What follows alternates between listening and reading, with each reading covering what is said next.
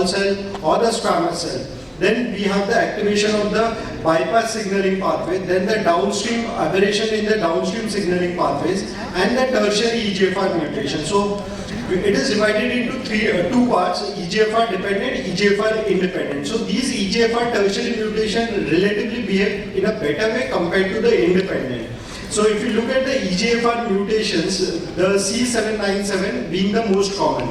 Then the independent way, it is MET amplification, HER2 amplification, FGFR amplification, then the AXL activation and the oncogenic fusion, be it RET mutation, FGFR mutation, then the downstream signaling, and the cell cycle alteration. These all lead to increased cell proliferation, decrease in the apoptosis, and increased survival. So coming to the mutation, it's EGFR dependent, the most common being 797. It is a tertiary mutation, and the frequency in second line being 20% and 7% in the first line setting.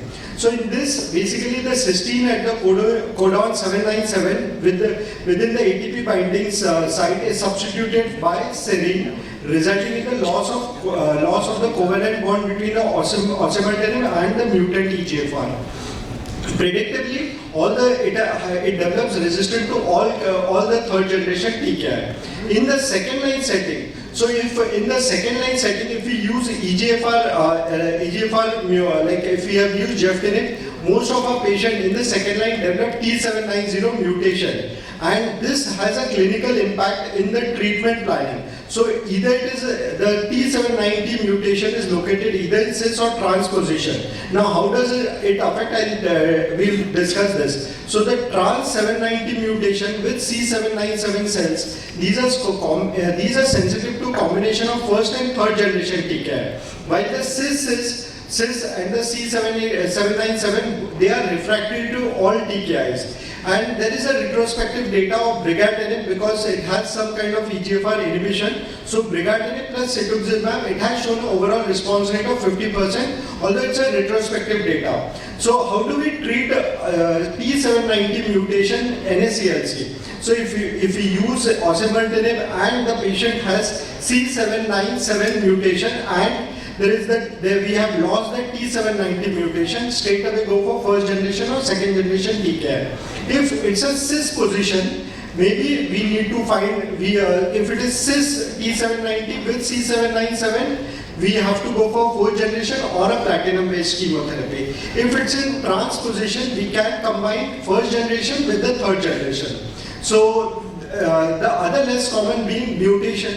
These are alteration, the other less common one. These occur concurrently with other mutations which suggest the appearance of clonal heterogeneity at progression. So if you look at the mutation in G796, it's just adjacent to the 797.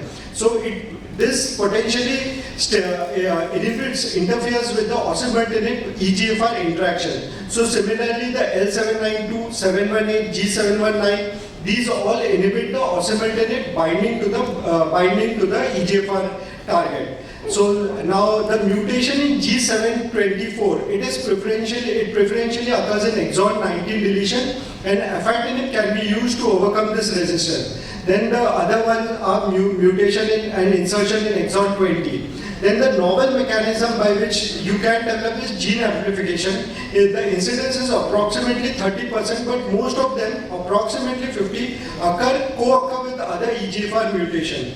The arm of Orchard trial is evaluating the combination of osimertinib and necitumumab in combination. Now coming to the EGFR independent mechanisms of resistance. So as I've spoken previously, by the alternative pathway, aberrant downstream signaling and transformation, these occur within the same tumor or they can coexist with the tertiary EGFR mutation. So the underlying complexity and heterogeneity of cancer evolution in response to TKI treatment is quite a complex situation.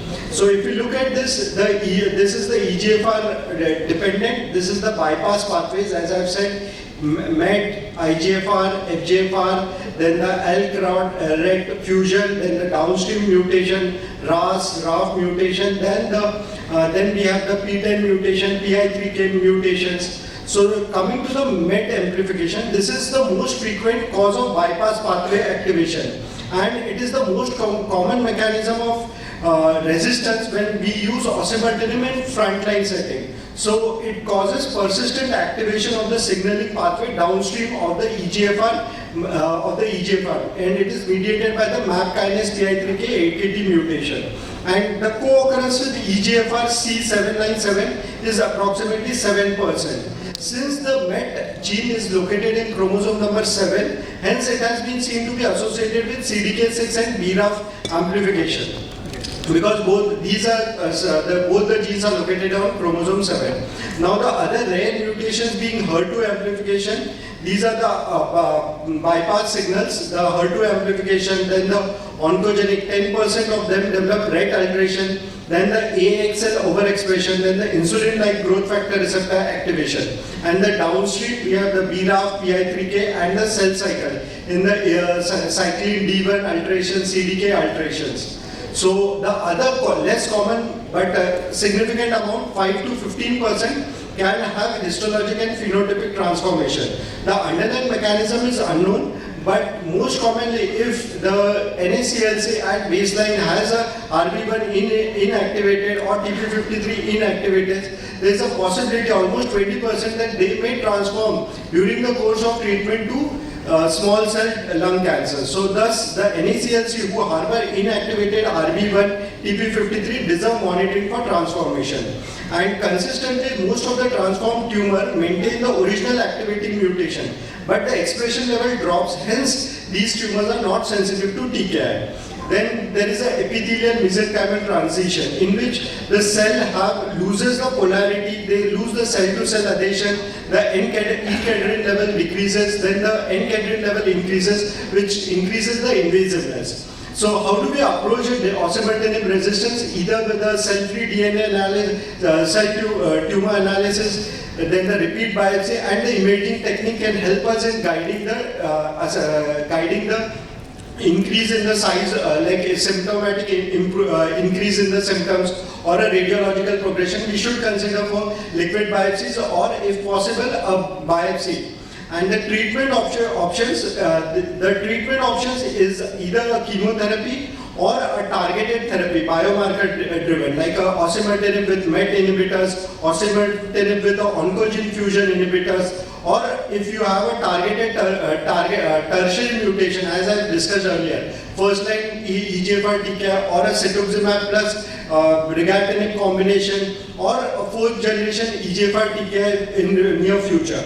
Immunotherapy comes into picture. If there is none of this is possible, then the last option is immunotherapy. So take home message is eventually all patients of EGFR on osimertinib will progress. The different molecular mechanism can coexist, as well as histologic transformation as well as molecular derangement. So it's of paramount importance to assess the genomic and phenotypic changes through either rebiopsy or alternatively, if not possible, a liquid biopsy at least. Thank you.